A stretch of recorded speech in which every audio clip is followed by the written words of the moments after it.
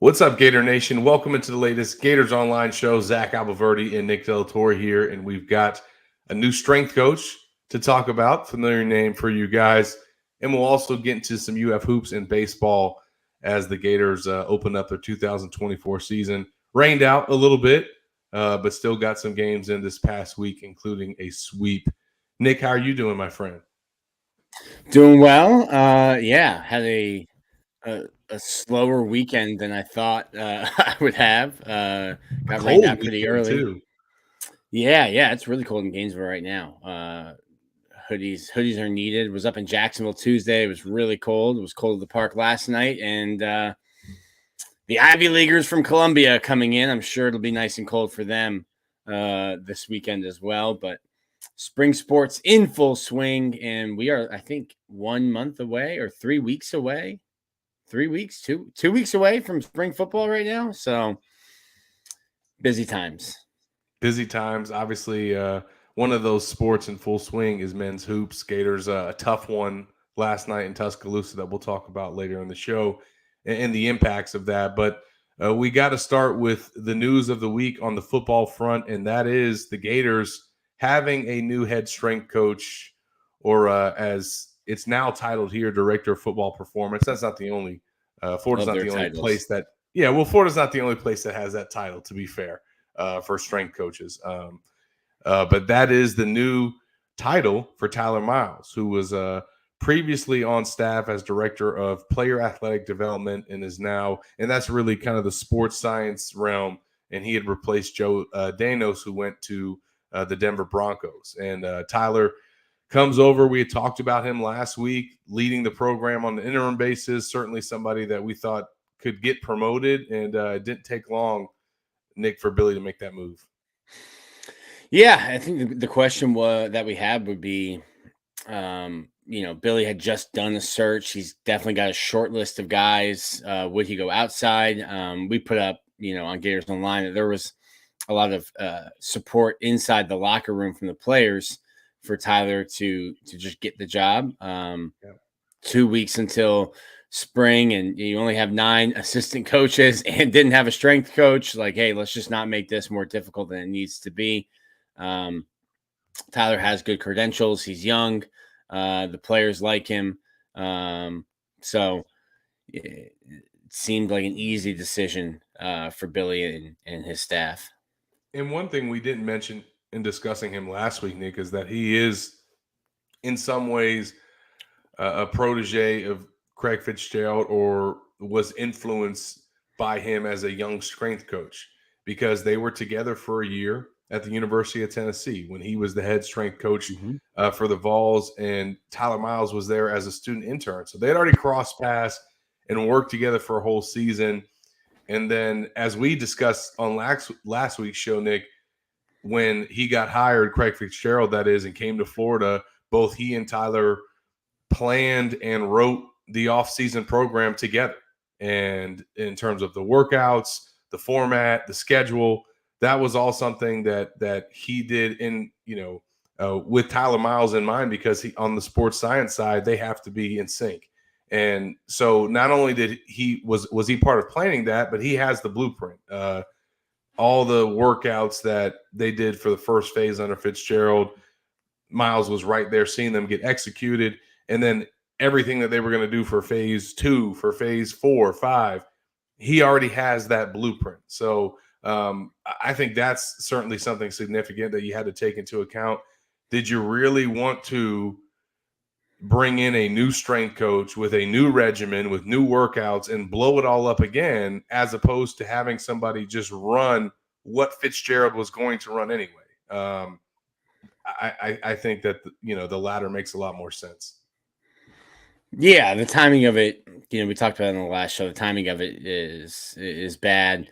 The NFL schedule and the college schedules just don't run parallel to each other, really, when it comes to coaching staffs, things like that. So the move makes a lot of sense to me. Being on your third strength coach in 3 years isn't great, and I don't think you needed to, like you said, kind of go outside and then have a new guy come in, doesn't know the players, what they've been doing, injury history. Tyler Miles in his role had kind of been running.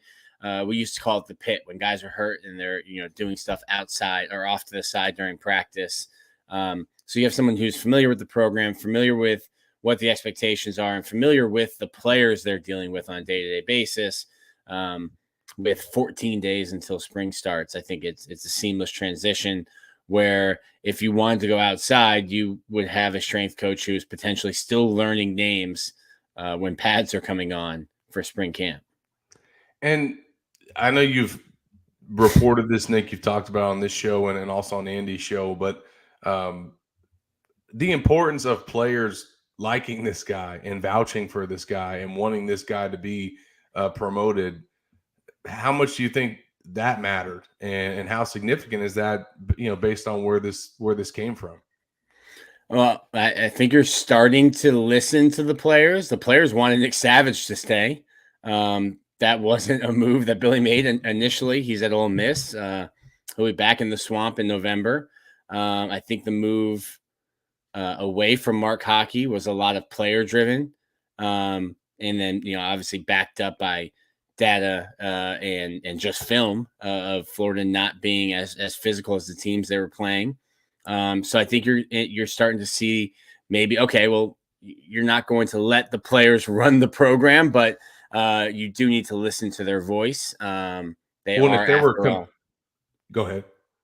They are, after all, the ones like, you put a lot on the coaches. Billy's play calls stink. It's like, well, listen, Billy's not throwing the ball. He's not blocking the nose tackle. He's not the linebacker who made the tackle for loss. The players still have to execute it. So you don't let the players make the decisions.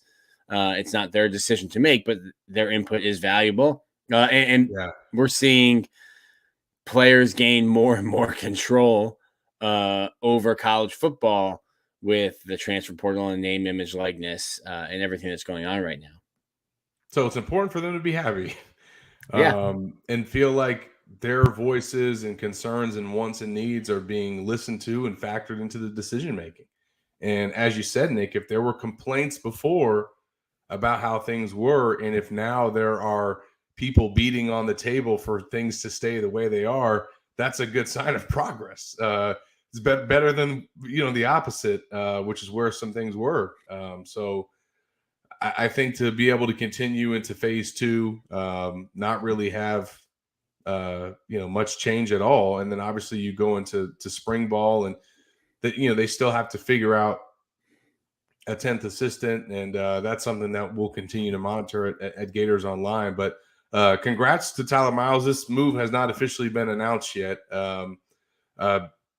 Like we were saying before we started, Nick, I'm not sure if it will be announced, but we will talk to him at the start of spring ball, and it's usually on the first day.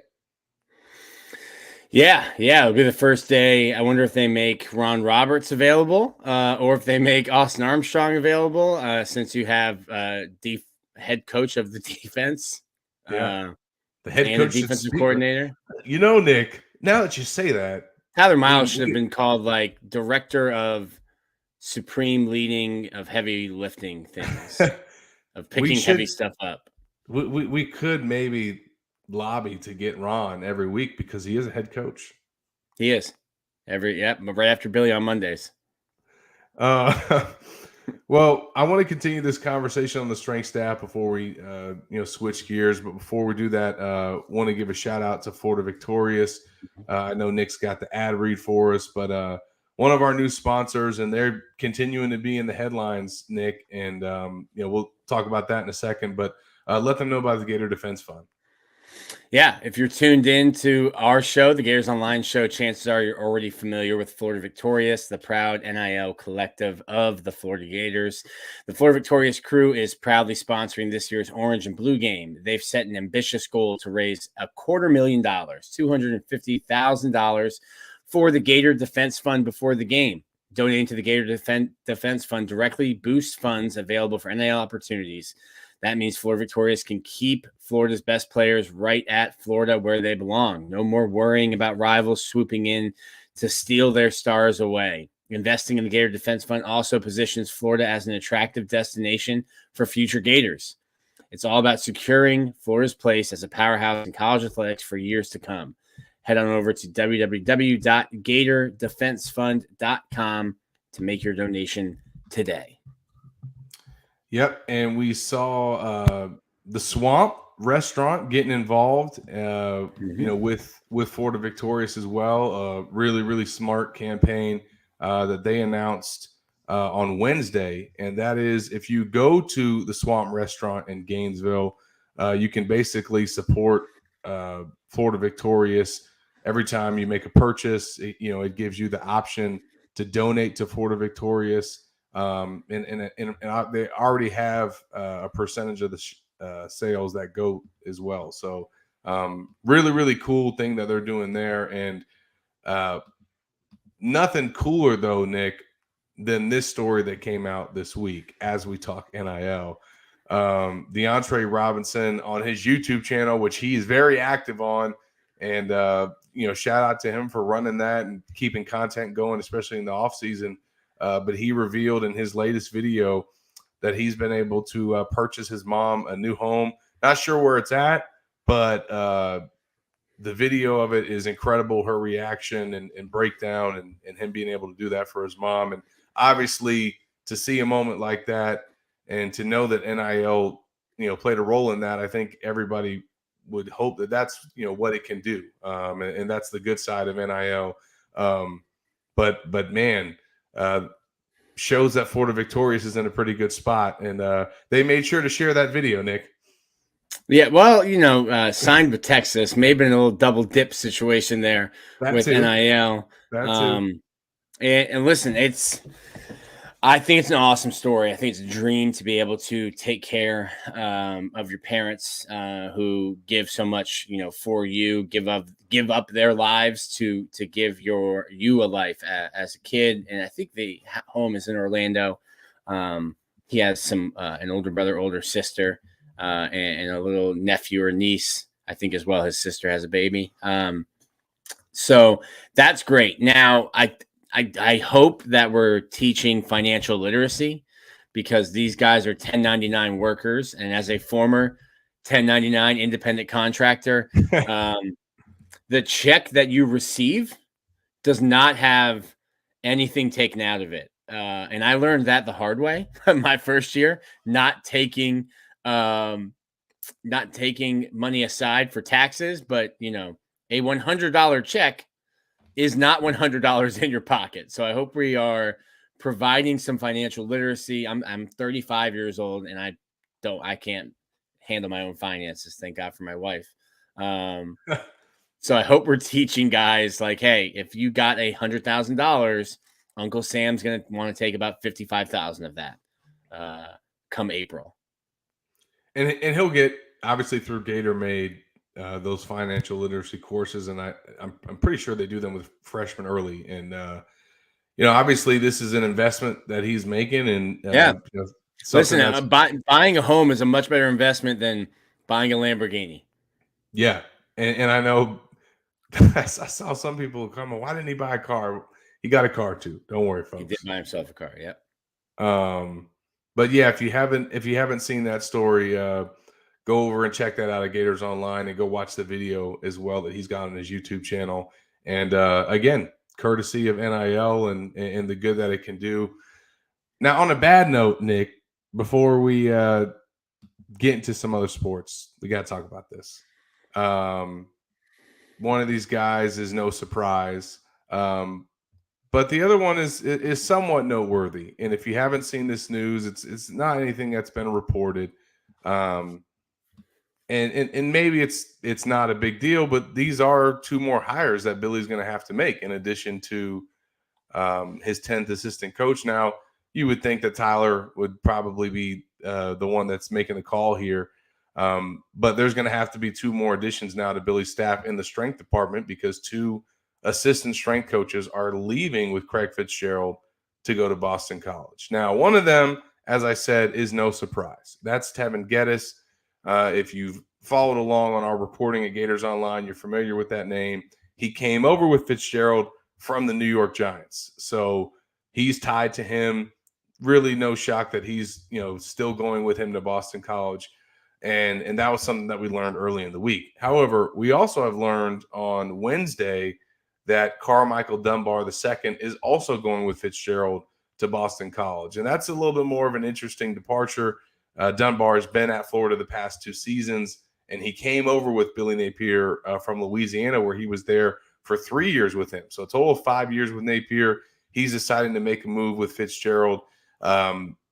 He was in the player development department with Tyler Miles. Dunbar was.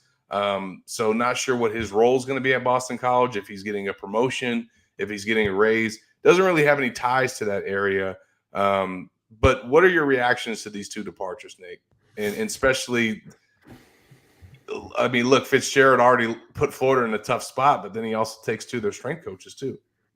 Yeah, I mean, listen, doesn't know Florida anything. Was here for 5 weeks. He needs to be successful at his new job. He's also being hired by his close friend.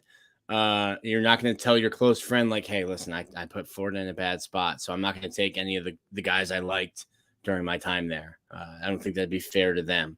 I don't think he cares. I don't think he should care if he's leaving Florida in a bad spot. It's a business. College football is a gigantic business, and he had no allegiance to Florida.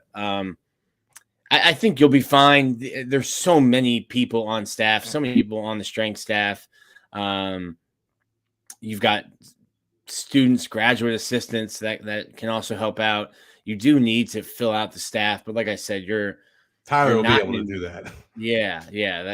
I don't know that that's on Billy's plate, as much as it is on Tyler Miles' plate. Yeah. So something worth noting there. Again, no surprise really with Tevin. Carmichael was a little bit something that wasn't expected, but is he getting a raise? Is he getting a promotion? Does he just want to change the scenery? Best of luck to those guys. And Florida will move on, and we will as well. Before we do that, I want to give a shout out to Prairie Dental Center. The doctor is a UF grad who's practiced in Gainesville for 3 decades and developed a deep understanding of how to diagnose and treat various dental problems, along with advanced skills to provide more efficient and effective care to his patients. If you're having dental concerns or just need a cleaning, Prairie Dental Center offers a wide range of options to meet your needs. Give their office a call at 352-373-3431. Tell them Gators Online sent you, and your new patient exam will be free. The Gators were in action last night against number 13 Alabama, and they were the newly ranked Gators as well. They were number 24 in the country. Finally sneak into the polls, and then they suffer a overtime loss in Tuscaloosa, their first of the season. And it snaps a 3-game winning streak. And this is not a game that Florida had to have by any means. But if it was one that they got, now you're talking about potentially winning the SEC regular season title. And now you're really on the map in terms of the national scene. Your seeding could probably even go up higher. But again, I don't think that you can get too upset about the result. I think the biggest thing that you get frustrated by is that the Florida had a chance to win. And, they were 3-0 in overtime games prior to Wednesday night, weren't able to get it done on the road. That's a pretty tough environment to go and win. But the Gators did a lot of good things. Alabama was the number 1 scoring offense in the country, number 1 3-point shooting team in the country, opened the game 1 for 17 from downtown. And then they didn't hit their second 3 until a possession where they got counted 4 offensive rebounds. Yeah. 4 offensive rebounds in 1 possession. They hit their second 3. They were 2 of 18 in the first half. The second half, Nick, they didn't attempt a 3-pointer for 9 minutes after the break. They're like, we're done. And then when they did try them, they made them. They were 5 for 8, I think, in the second half. But still, they only finished with 8, and they 25% from downtown, which was their worst percentage from 3-point range in SEC play. So the Gators, that's a really big positive coming out of that game. A negative was that they got dominated down low.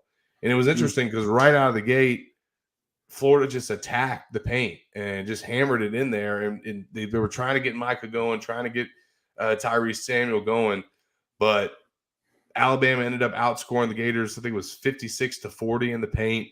And they out-rebounded Florida by 10, which is the Gators didn't have many advantages when you looked at the matchup breakdown going into this game. But one of them was rebounding. And for them to get out-rebounded in this game, that definitely hurt their chances to win. So they got to regroup. They get Vanderbilt at home on Saturday, another sellout crowd. But you got to win your home games. Like this would have been a great road Q1 win. I think you can take some encouragement that, like, when you put out, Zach, that list of like who had the advantage in all these matchups, I look at it and I'm like, yeah, Alabama's scoring 100 tonight, and Florida might have to really hoop to keep it close. So I think Florida played really well on the road. Kind of just fell apart. Didn't have it going for them in overtime. But you get Alabama again this year at home. You have to defend your home court. When you look at the rest of Florida's schedule, there's some opportunities for some Q1 wins. And I think if you just protect your home court, get a win at Vanderbilt, I think Florida, will still have a chance to have a good seed going into where do they play the tournament? In Nashville, right? At Bridgestone? In Nashville. Have a good chance. I want to go, man. You should go up there.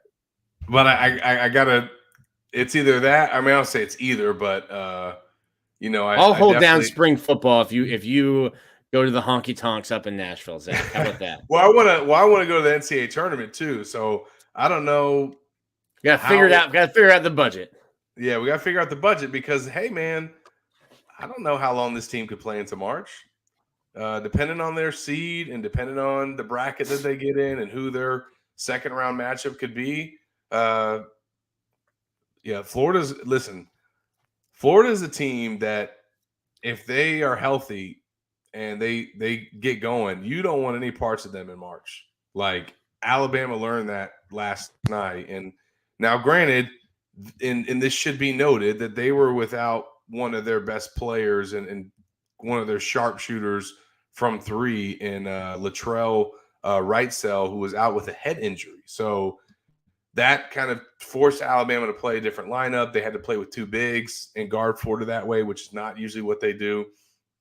So the fact that they were able to win the game, despite not having him, despite not shooting well from three and playing a different defense, that bodes well for their chances maybe in Gainesville if they get him back. But that's also a game that the Gators are going to want to get done. I mean, if they can get the tide back in Gainesville, it's kind of like the flip of what happened with Kentucky. But that would be huge for seeding. Obviously, at this point, that's what they're playing for. I think, like you said, Nick, if they take care of business at home, win the games that they're supposed to win, especially against some of these teams that have really poor records in SEC play, Florida's, they're going to be in the 7-8 range. But hey, if you can get a win over South Carolina, an upset, or find a way to beat Alabama at home, make a run in Nashville, now you're talking about a potential 5 seed or maybe even higher. So still a lot of ball left. And just an update on their net rankings, they remained at 29 overall despite Wednesday's results. So it'll be interesting to see if the Gators remain in the top 25 in the AP poll, depending on how they play against Vanderbilt on Saturday. They win. It'll totally depend on how they play. If you squeak past Vanderbilt at home, you'll get dropped out. A convincing, dominating win. Just yes, Florida lost, and the final score does not tell the story of that game. Florida led at halftime. Florida led late into the game. Yeah. Florida had every chance to win that game in regulation. So even though it's not a double-digit win for Alabama, but the final score doesn't dictate, or tell the whole story about what that game looked like. We were watching it up in the press box at Condren last night, keeping track of the game. Yeah, it was a tough one. I mean, I wouldn't characterize this one at all as some of the other games where Florida lost late leads. Like this got close in the last 5 minutes and was back and forth that final Mm-hmm. minutes, but they were up by 10. I mean, they did get a double digit lead. They Still a lot do of good enjoy. things. They do enjoy losing double-digit leads. It does seem to be something they enjoy doing on a weekly basis. No, I don't think It's they hard. enjoy doing it. Oh, they do it often. They do it they're often just enough. I'm going to think you enjoy it. they seem to be prone to it. But you know what? Walter Clayton seems to be prone to 20-point games. Yeah. His 10th overall last season, his fourth straight 20-point game, and then I think his fifth in the last 6 games. I mean, this dude's been going off. He had 27 points last night, led all scores. That was one shy of his season high, and he had 2 chances in regulation to win it, and then in overtime to tie it, and just couldn't get it to fall. But listen, man, the way that guy's been playing, you live with that shot. Todd Golden didn't take a timeout there late. I think Zion Pullen was also a guy that put up a jumper that they didn't get to fall, but he scored 17. I mean, those two have been playing really, really well in the backcourt. And then shout out to Florida's bigs. I mean, they got, Alabama got the advantage of them overall, but those guys still made plays. Tyree Samuel made plays, finished with 14 points. Alex Condon took a freaking elbow to the head that I don't know how The that didn't. people's elbow. Oh my gosh. But he played through it. He finished with 10 points. And then Micah Hanlogden, team high 13 rebounds, 3 blocks, including the rejection at the rim on the last play of regulation where Sears was right there to make a game-winning shot, and he said, "Get out of here." A huge play by Mike. I honestly thought that after that, Florida was going to take that momentum into overtime and get another win, and Alabama jumped out to a 7-0 lead and was able to take it from there. So the Gators can get the Quadrant 1 win. They're now 2-8 against Quadrant 1 opponents, 4-0 against Quad 2 teams, and then also undefeated against Quad 3 and Quad 4 opponents. So 18-8 overall. I don't know if we know this, but we saw a bunch of people asking about Riley Kugel, and him not playing or playing sparingly. I don't know that Todd, since no one was at the game to ask Todd. I don't know if we don't know any information there. No, and I mean, honestly, this is not the first time it happened, so it's not like I'm running to the phones to figure out. I did see somebody mention on our board that maybe he was under the weather. There has been some stuff going around, but I don't know that. So we'll figure that out. Again, this is if they just tighten the bench, this is not the first time that's happened to him. So it would have been great, obviously, if he could have impacted the game, because that could have made a difference there. And I definitely get why fans would want to know. So jump to our final ad read before we talk some Florida baseball after the first week of the 2024 season. If you're ready to leave the corporate rat race for the American dream, looking for a side hustle while working your current job, wanting to diversify, build wealth, and or leave a legacy, Andy can help. He's a franchise consultant as well as a franchise owner and helps people find franchises that fit their skill sets, financial requirements, time to commit, and more. His services are 100% free, and he's here to help if you have questions about business ownership with franchises. You can learn more and contact Andy anytime at myperfectfranchise.net or calling or texting him at 404-973-9901. The Gators are 2-1 on the season. Wrong tab there. After getting 2 wins over UNF, and I mean, would you classify this as an opening weekend series loss? Not really. But the Gators dropped their season opener and then don't get Saturday or Sunday in, thanks to Mother Nature. And Nick got an easy weekend that he probably wasn't expecting, but also probably deserved because he drove to Jacksonville on Tuesday. Yeah. Yeah, it was cold, but Florida gets the I guess I called it a series sweep. They only play 2 games, 2 games against UNF. Play UNF pretty much every year, but they did a home and home. Yeah. Tuesday night was a 13 hit barrage and a 10-0 run rule win. You get Jack Caglione's first home run of the year. He was moved up from third in the lineup to second. We asked Sully about that, and you're kind of seeing stuff like this throughout baseball. You know, Jack Caglione is your best hitter and your power hitter, so he hits 3 or 4, and that's kind of just like how baseball did it. You don't think about it. That guy goes into that lineup, but I mean, you're seeing guys like Kyle Schwarber lead off in Philly, and you're seeing guys, and it's just like, hey, let's get our best hitters up as many times as possible. And I think Sully moves Jack into the 2-hole on Tuesday night, and his first at bat, he hits a home run. He finished the game 2 for 3, 4 RBIs, and a run scored. Tuesday was really, for me though, the story was Liam Peterson. And this is a guy I said is probably, or not even probably, is the best freshman arm I've seen since Brady Singer. He goes out, strikes out 7 over 3 innings, doesn't give up a run, just 1 hit and a little infield chopper. He looks fantastic. We'll see him again at home if you're in Gainesville. Come out and see the Columbia. What are they? The Bears? Is that Columbia Bears? I don't know. Come see Columbia. He'll pitch Saturday. Kate Fisher on Friday. But it was just an overall team win. Florida's pitching staff was really good on the road in their first road game of the year. And then obviously 13 hits. You come home to play and you jump out to an early 7-0 lead after 4 innings. You get into the bullpen and Florida gives up 3 runs. All of a sudden we're looking at a game that was 7-0. And now you're a couple of walks, a bloop, and a home run away from being in a tied game with UNF at home. So Michael Robertson led Florida's offense, which had 11 hits. He went 4 for 5, career high 4 hits, career high 3 RBIs. Ty Evans, who had a sports hernia in the fall, comes back in the spring, gets hit in the hand, and has a hairline fracture. He comes back. He's 1 for 3 with 2 RBIs. Tyler Shelnut was 2 for 3 with 3 RBIs. And another freshman, Alex Philpott, who has one of the best sliders on the team. He comes in and he looks really good in his start. It's a controlled start, so he gets a win.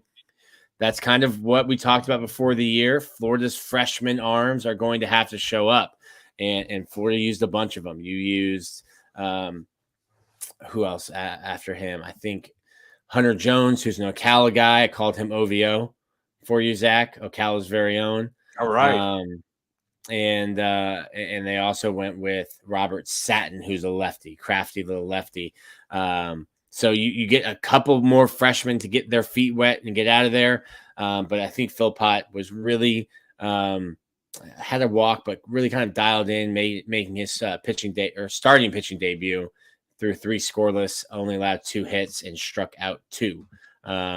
So good game for Florida. You get the bad taste out of your mouth, really losing on Friday to St. John's. Like, listen, it's going to happen. It's baseball. Wake Forest. Was it good to just get out of the way? Well, like, listen, no one has ever gone undefeated in college baseball. No, that ain't happening. Never happened. It's never going to happen. UNC Greensboro just beat Wake Forest, who's number 1. LSU has lost. Like, you're going to lose. Kate Fisher didn't have his stuff. And St. John's beat Florida. Like, that's going to happen. Columbia is good. Columbia could very well come in and beat Florida this weekend. The Lions. The Lions, Tigers, and Bears. Oh, my. I think it's Cornell are the Bears. Columbia has some beautiful baby blue jerseys that we'll see this weekend as well. But Columbia was picked to finish 2nd in the Ivy League.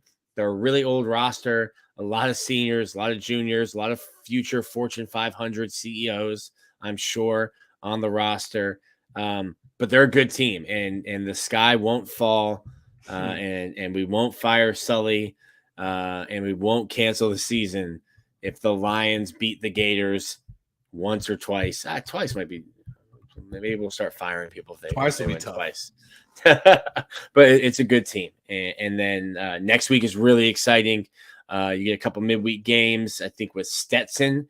And then it's Mark Light Shake time for me and the wife. Get to go down and see my parents, Florida, Miami. A little preview. God, that's soon. We'll have a man. We are rapidly running through baseball season. We're only one full week in. 3 games done. Football's on the way. Miami series is coming. The Florida State midweek series is less than a month away. Like we quickly get into the thick of it. Nick, spring football starts on March 7th. 2 days, or depend if you're listening to this live here. It's literally 2 weeks from today. March 7th. The 6 days before that, you cover 5 baseball games. Yeah. That is insane. And then the day after, you got a series at home against St. Mary's. So yeah, I think, and then Florida State's the Tuesday after that. Maybe. It's busy time of year, Nick. Early baseball season is a lot. So we're at the park Friday, Saturday, Sunday. You're off Monday, but then you're there Tuesday, Wednesday. You're off Thursday, but then you're there Friday, Saturday, Sunday. Off Monday, back Tuesday, Wednesday. And then just wait. And when football starts, it's basically we're working 7 days a week for a month. But listen, we're watching sports. Sort of. We are not complaining. Those early football practices, like we're kind of watching sports. Listen, the sport that you cover outside of football and the sport that I cover outside of football, 2 different time commitments. Yeah. Yeah, baseball's a big time commitment. We are at the park a lot. My wife texted me last night. I think it was like 2 hours into the game. And she's like, "Hey, tell the guys they did great. Come home." And I'm like, "It's the 6th inning. Like, we're not anywhere close to coming home. Home's not a thing yet. Don't text me asking me what time is the game going to get over." No. We don't talk about how long games are going. We don't talk about the weather. I don't think we've had a 3-hour game, but we did have like a 2-hour and 30-minute 7-inning game on Tuesday, which was tough out in the cold in Jacksonville. Shout out to Dan Thompson in his favorite city of Jacksonville, Florida. That's right. Before we get out of here, who impressed you the most from the first week that you got to see in the 3 games? One guy. One guy, it's going to be Liam Peterson. He's a guy who I think could be the Florida's Friday night starter at some point during the year. Other than Pierce Capala, who started 1 game before going through his 2 years of injuries, the last true freshman to start on the weekends was Logan Shore. And Logan Shore, I think, started either on Sundays or Saturdays. But by the end of his freshman year, he was their Friday night guy and then pitched on Friday night for 3 years. And that's so rare, especially in the SEC, to get a guy who's ready and is developed enough and ready to handle pitching on Fridays in the SEC. I think this kid is. Liam Peterson's super impressive. And then with the bat, I think I'm going to have to go with Michael Robertson. I did not think he was going to hit enough. Watching him last year, he got to a point where he was benched last year because he wasn't hitting. Really showing some good bat control. I don't know why they were shifting him yesterday, but he stayed inside the ball and just took the ball the other way, collected a couple doubles, career night for him. He plays a very good outfield, and it looks like he has developed and matured a little bit in the box as well. So got to give him some props because I've been a hard judge of him last year. And then other than 2 games getting rained out, what do you think bothered Kevin O'Sullivan the most from the first week? Walks. It will always bother Kevin O'Sullivan. I need to have him send me the actual stats. I think I had them on my computer at some point, but I deleted them. Oh, here you go. So these are major league stats. Sully hammers home. The first pitch needs to be a strike. The 2 of the first 3 needs to be a strike. And if you look at the MLB averages, the batting average for a 1-0 count is 260 with a 380 on base percentage. The batting average is 120 points lower if you have an 0-1 count. And the on base percentage is 100 points lower. Florida walked 8 and hit a batter in the season opener. There is no quicker way to find a seat next to Kevin O'Sullivan for the duration of a game and or the season than to walk guys when you get an opportunity to pitch. And this first month of the season, I've tried. Listen, I've been covering Florida baseball now for over a decade, and I've been trying to hammer this in. The first month of the season, you're just giving guys opportunities to earn your trust for when the SEC slate starts. Midweeks, I can whisper it. I can scream it. Some people listen, some don't. Midweeks don't matter. Three midweeks matter. Florida State, and those only matter because they're a rivalry. Sure. You need to win 20 SEC games. That's what you need to do. If you lose to Stetson on Tuesday, it's okay. Don't get swept in the midweeks. Don't go over the midweeks, but they don't matter the same. And I'm sure I'll have that one guy who was yelling at me last year when I told him that Hoover didn't matter for Florida either because they were already locked in as a national seed. Hoover probably won't matter for the Gators either. We'll see. Maybe there'll be a bubble team.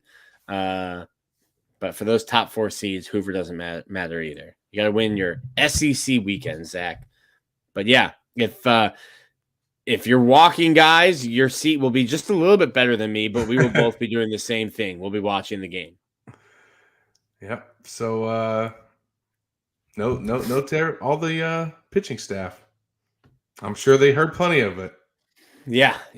There was a couple more walks sprinkled in these last 2 games, but much better. But yeah, 8 walks and a hit batter in a game is not going to you're not going to have a happy Kevin O'Sullivan in the dugout speaking with you after the game. Well, we are happy because spring is in full swing and we've got a lot going on at Gators Online. So make sure if you are not in the door, you can get in the door for just $1 for the first month. And a lot of stuff that we've got coming up for spring ball. Recruiting is going to heat up.